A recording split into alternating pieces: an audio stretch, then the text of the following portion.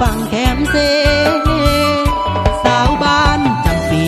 คุณอายมีจึงได้พบพาโซโล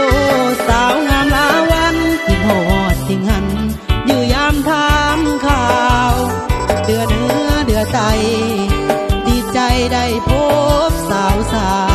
มัวแดงแกงแก้วเคยเศร้าพักผ่อนยามเมาตายไงกายาสาวผู้ทองดุมขันสวนมอนไปมาหากันบรรทัดปากซ้อนแกงสันกินหอดผูกพันบ่เคยลืมลาส่งน้อยส่งใหญ่อายเคยไปตอนออกพรรษาเบิ่งปากทวงนาซ้อนเคยมามันซื่นแทนาเที่ยวบุญสงกรานต์โอ้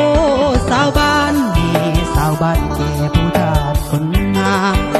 พระบาทอายเคยไปยามบนเดือน3ก่อนลำบงเกี่ยวกันสาวบ้านท่าหลวงอายเป็นห่วงทั้งสาลาคำสาวไอ้ปูนบุงอูลมยังจำเราเคยสัมพันธ์สาวฝั่งเสดู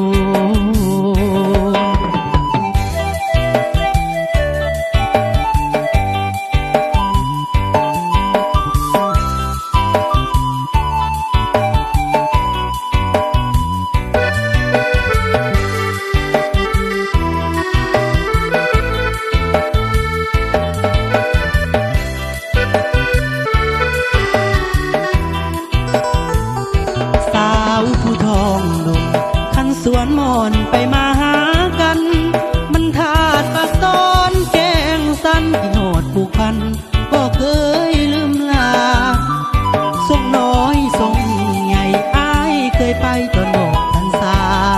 เบิ่งปากทวงนาซ้อนเคยมาคุณซื่นแทนาเที่ยวบุญสงกรานต์โอ้สาวบ้าน